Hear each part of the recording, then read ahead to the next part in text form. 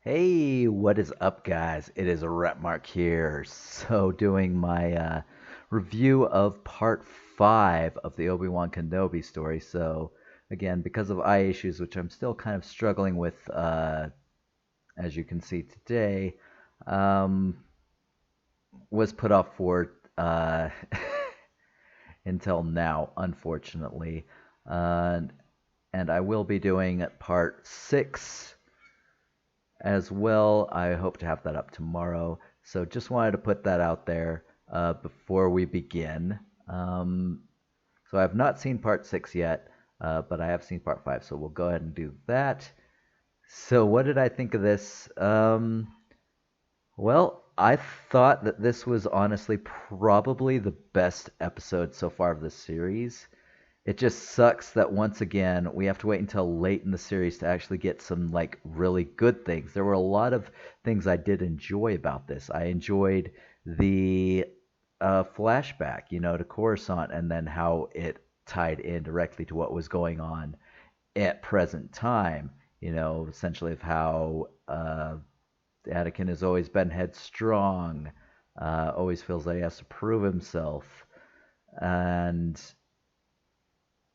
because he sort of has that tunnel vision, he doesn't see the bigger picture, which also shows well in here. I also, so I did enjoy the fight also between him and Reva. So that storyline was kind of sort of, we saw this revelation, like I said this in the first one, it's just like, you kind of figure that she's one of those little Padawans who were killed in the sacking of the Jedi Temple, and it does show this. Uh, and I'll get into that more later. But I mean, the fight itself was amazing. I mean, again, he never ignites his lightsaber. She is just nothing to him. He's just using the Force to prevent her from hitting him. He's able to dodge, and eventually takes her own weapon, and then splits it. Like, there were a lot of good things to be had, and I did enjoy it. The thing is there still continues to be big problems here in terms of writing and in terms of just character stuff. Um, so one big thing I have is, again, the terrible in terms of like terrible writing and just having Leia, little Leia, going into the vent to. So there's a point in time where the hangar doors for the path and Obi-Wan to escape, they are locked shut, by the tracker device that has been put on Lola, Leia's droid. And I mean, the fact that, first of all, the fact that they didn't notice it is just like, oh, she normally it shows blue, and now all of a sudden her eyes are red and everything, and it's just like, this didn't raise any red flags. Like, no one's gonna check on this. It, it made them out to be very stupid, but also like, so it taps down and locks the doors, the bay doors. She gets in there, and because she's very small, and she somehow knows how to hack into the bay door controls. And keep in mind, Lola's in there the whole time. Uh, and then she deactivates it by pulling the tracker out, and she's normal. But it's just so bizarre. I mean, like, seriously, there's so many other ways they could have done that. I mean, they could have, had her find Lola and pull the tracker chip out, and then Lola sort of shows her what to do. They didn't do that somehow. Like, little Leia has become essentially a Mary Sue in this, and that is unfortunate. Again, this, like, we know she's brave, she has an attitude, but honestly, don't make her just amazing at everything just because you have to have move the plot along. Like, there's so many different ways they could have done that, And honestly, she doesn't need to be involved in the amount of things that she is involved in. I mean, she could be doing anything, helping people evacuate or whatever, but this just seemed contrived and a little, again, just turning her into a Mary Sue. And, and there are other things, like, again, the whole Reva thing. You know, most people I figure would have figured that in a heartbeat. Like, you know, it's whatever. She's doing all this to get to Vader. And the problem is that it doesn't excuse any of her past behavior because you didn't know until now. I mean, even though you suspected it.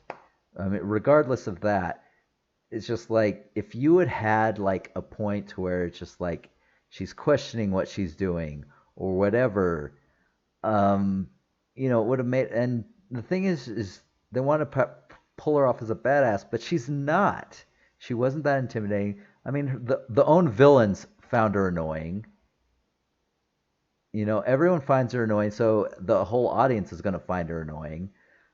And it's just so that whole backstory was predictable, and the way it was revealed was just done in a very hokey way. Again, like, so there's a point where Vader comes in, just rips the door apart and then grabs the shuttle transport, which is another thing.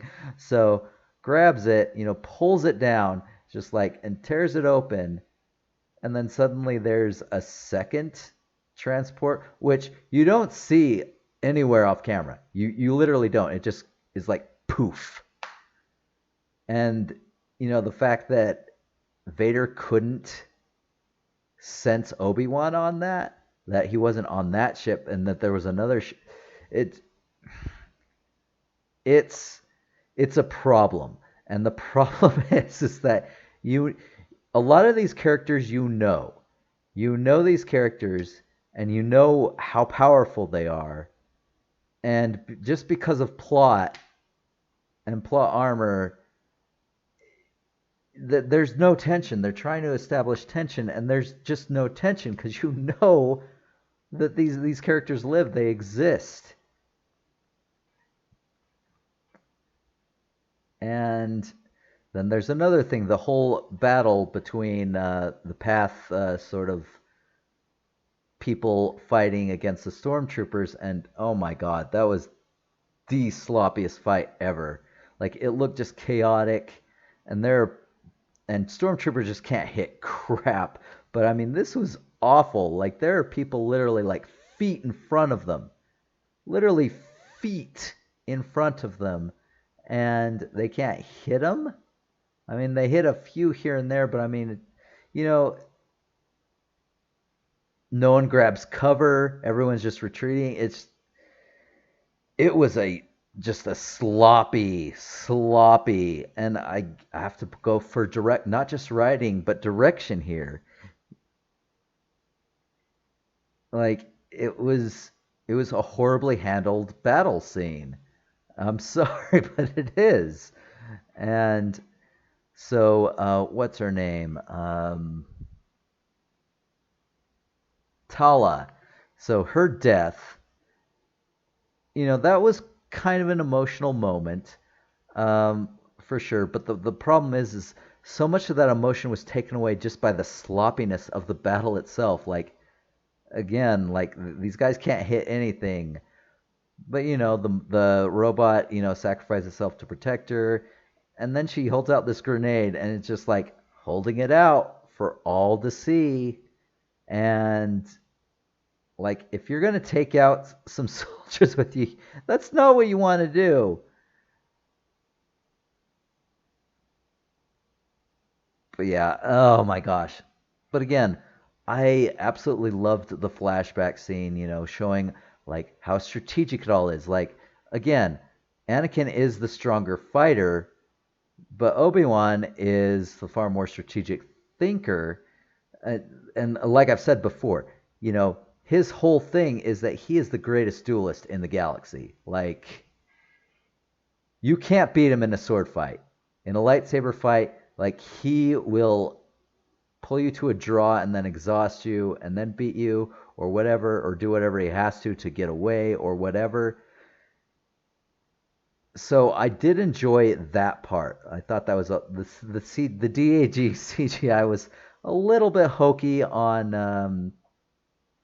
uh, I forget the actor's name, but Anakin's like it looked a little bit weird, but it still worked for me, and I did enjoy that part. But I mean, gosh, the horrible writing in this series is just sad, and having Reva and Obi-Wan talk between a door with all these stormtroopers, by the way, just absolute, just totally present. They can't hear this. It's it's kind of weird. I mean, I hate to be nitpicking, but again, this story, this series kind of does it to itself. And this is a problem I've seen. And, well, okay. So here's what I was hoping for Obi-Wan. A sort of a story based upon him dealing with his grief, his sense of failure, and that's fine. And they do have that, like, and they do show it here. Like he is now more confident in his abilities. It shows even in the way he dresses. Um, but the problem is they focus also so much on Reva. This is like so I won't say they did what they did in like say oh my gosh, what the heck is his name? Boba Fett, yeah. Where they turned him into a side character. But essentially the main character of this show is Obi-Wan, and yet they're giving so much screen time to Reva, and she's become literally the second main character, and I don't even like her. Like I don't. She's not threatened. Like, and the way she's executed, she's not a badass. She's just annoying, and ugh, it honestly frustrates me. So, and then young Leia is they're making her totally to be more like we know she's awesome. We've seen her be awesome. She's a freaking kid who grew up in Alderaan as a princess. How does she know how to hack a freaking bay door to a hangar? Let alone can't notice that her own droid is, been has a tracker chip, let alone a reprogramming. Oh my gosh, there's just so much inconsistency here, and I don't think I think this was to promote something else. I think it's to promote Reva, and that's unfortunate. Oh my gosh, yes. Like they're making her to be way big of a deal. Like it's just like here's this new character. We want you to love her, and I don't. I don't. It's horrible. She should be dead for God's sake. I've said this time and time again, and I will continue to say it. Vader does not want anyone to know who he is. There are literally two, maybe three people in the galaxy, period, who know who he is. And everyone else who does, dead. Dead. Like, he knows that she was a Padawan back in the day. And she knows that he's Anakin. Like, he would be dead. Who knows who she could tell?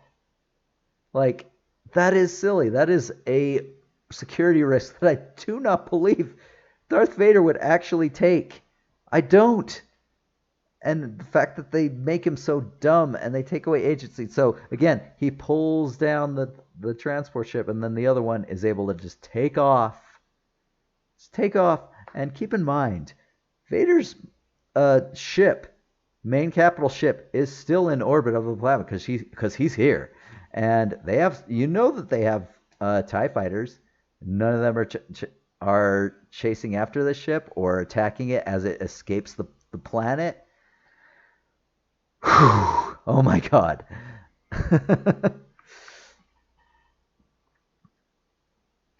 And geez. Whew. Like I just again, there were so many good parts in this episode.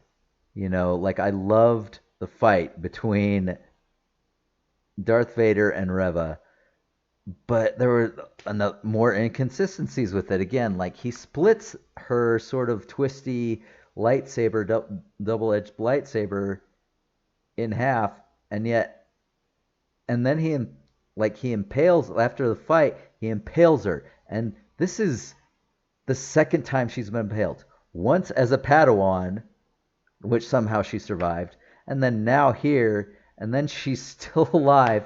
Like, what is a lightsaber? We've seen people get stabbed in things that were just like, why?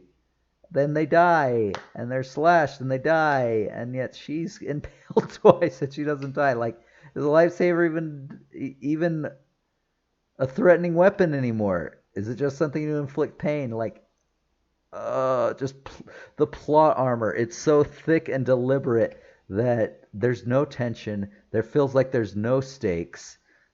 And honestly, I wanted her to die. And apparently she's still alive. And oh my god, so the message. So another really terrible thing that pissed me off is the message that uh,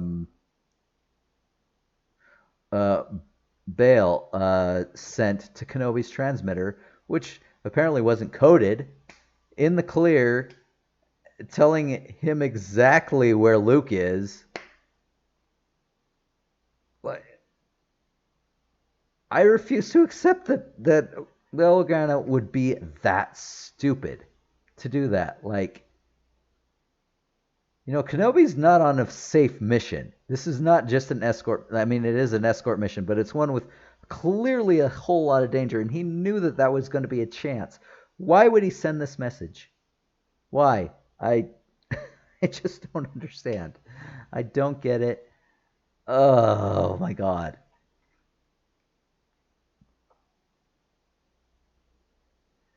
So yeah, this is me ranting and raving about this episode, which again I think is the best episode of the series, largely because of its action and its flashback stuff. But a lot of the stuff that I complained about throughout this series is still not good. Like again, why are you putting out this young child to be this glorious, like knows everything type thing, this Mary Sue essentially? Why are you pushing this new character Reva on us so thickly? While at the same time, it takes away screen time from Kenobi and him dealing with his grief, his sense of failure, and his build up, which again they do have, and I do appreciate it, and I like it, but I wish it was more focused on that. Again, they are focusing too much on characters which we don't care about, which is something that Disney, when it comes to like Marvel movies or Marvel shows, some are hit and miss. Some are hit and miss. But for the most part, they are focused shows. Whereas in Star Wars, they don't seem focused at all. They just seem intent on adding characters that you don't care about. They seem intent on turning main characters into either side characters or like co-stars in their own series. It just seems so bizarre why they would allow this to happen. And I don't know. It annoys me. It upsets me. All the inconsistencies. So, what am I going to give this? Like when I first saw it, just because I enjoy of the parts I did enjoy, I was on the verge of giving this a 7 because it was great and it was the greatest episode of the thing. And I think a 7 is the highest I've given for this. Most of them were 5 or 6s, if I remember. Yeah, this one I'm giving a 5. I'm giving this a 5 out of 10 because there were a lot of things that I liked and really appreciated. But I mean, let's face it, there was only one person who I was really afraid was going to die, and that was Tala. And she's the only one who could die. And but there were just so many, and then the fight scenes, like the fight scenes were epic, except for the path versus the stormtroopers, which was utterly a clusterfuck of ridiculousness. And I was just like, come on now. Uh, just bad writing, bad execution. I just don't think this was that Deborah was the right person to direct this, unfortunately. Not to say she's a bad director, I just don't think this was the series for her to handle because it's being handled in a very bad way. And also the story, the writing, it's just convoluted, forced, and contrived and not very well executed. So, yeah, it has to be a 5 out of 10.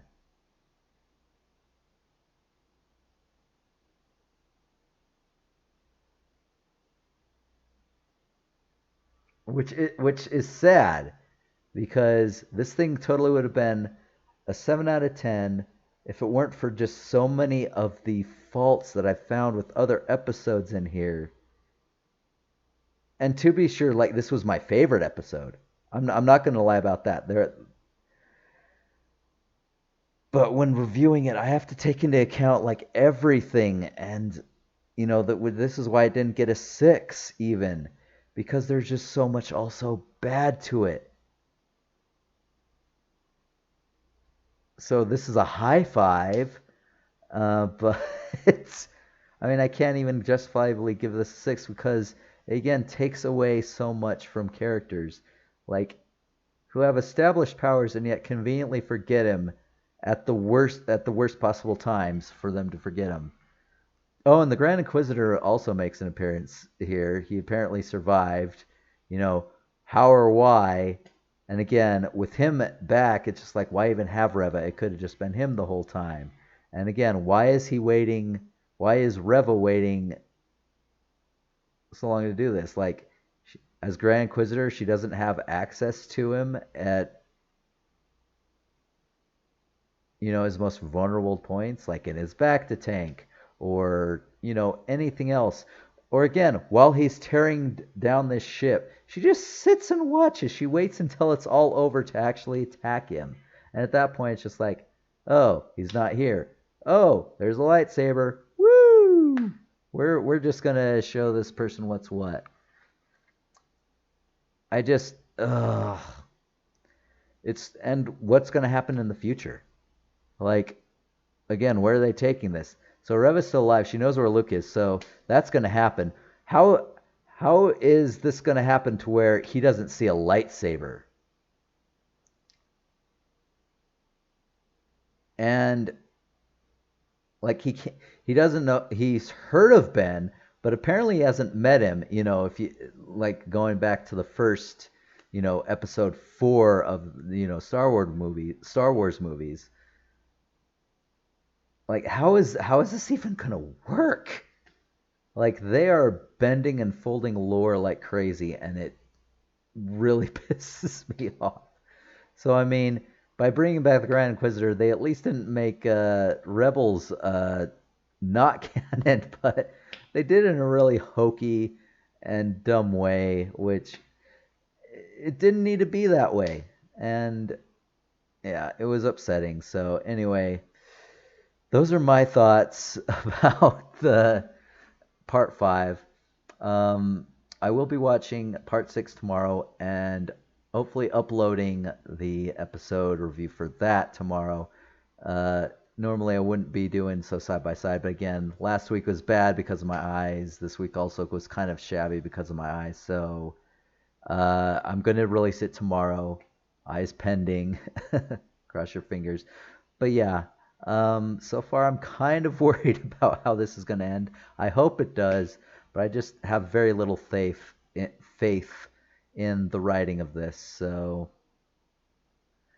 yeah, I hope you enjoyed this at very least. I wish I could be more positive about it. And there were positive things about this episode, for be sure, that I talked about that I really enjoyed because I love the whole mentorship of him and Luke, but everything else just took so much away from it, and it's unfortunate. So, anyway, I will see you guys for the next one, and I will catch you next time. See ya.